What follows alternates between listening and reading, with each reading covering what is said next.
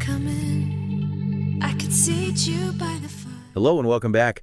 Before we jump in, hit like if you like our contents. Today, we are looking at a developing story that sits right at the intersection of engineering, finance, and, well, corporate strategy. Yeah, it's a classic case of sibling rivalry, but with, billions of dollars on the line. Right. We have conflicting reports about the future of two major projects here. That is the Audi C-Sport and the electric Porsche 718. So let's get right into the machinery of this.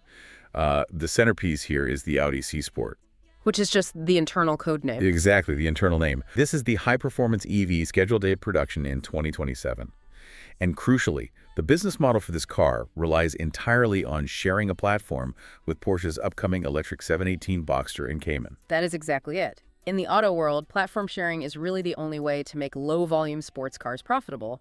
The Drive reported that a meeting was held in Germany just last week to explicitly decide the fate of the 718 EV. The context for that meeting is pretty brutal. Porsche is facing mounting losses in its EV sector and a retracting market in the United States. It is a grim combination. It really is. I mean, if you are looking at a shrinking market and rising red ink, the last thing you want to do is pour more capital into a niche electric sports car. But here is the twist.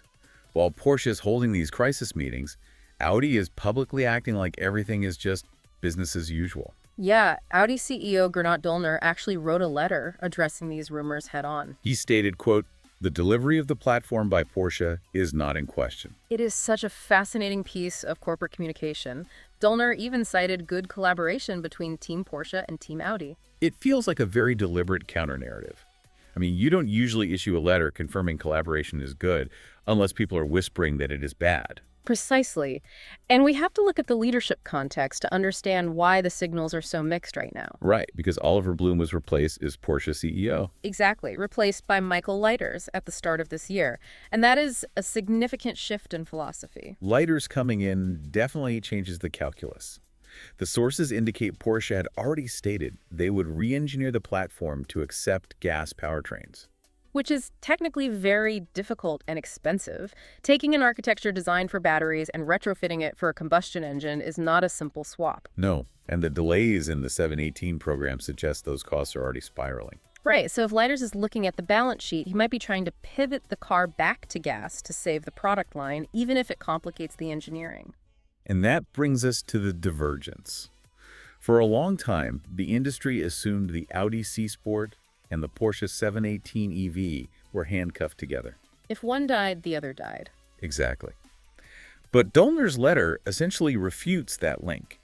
It implies that even if Porsche wobbles or pivots to gas to save money, Audi is committed to pushing ahead with the electric performance car. They are effectively decoupling their destinies. Which puts them in a very strange position. You have two brands under the exact same corporate umbrella reading the market in completely opposite ways. It really does.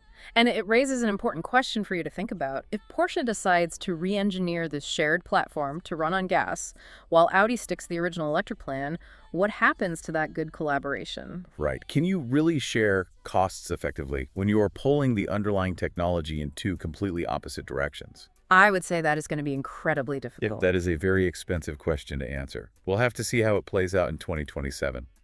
Stay tuned for more automotive news, and goodbye.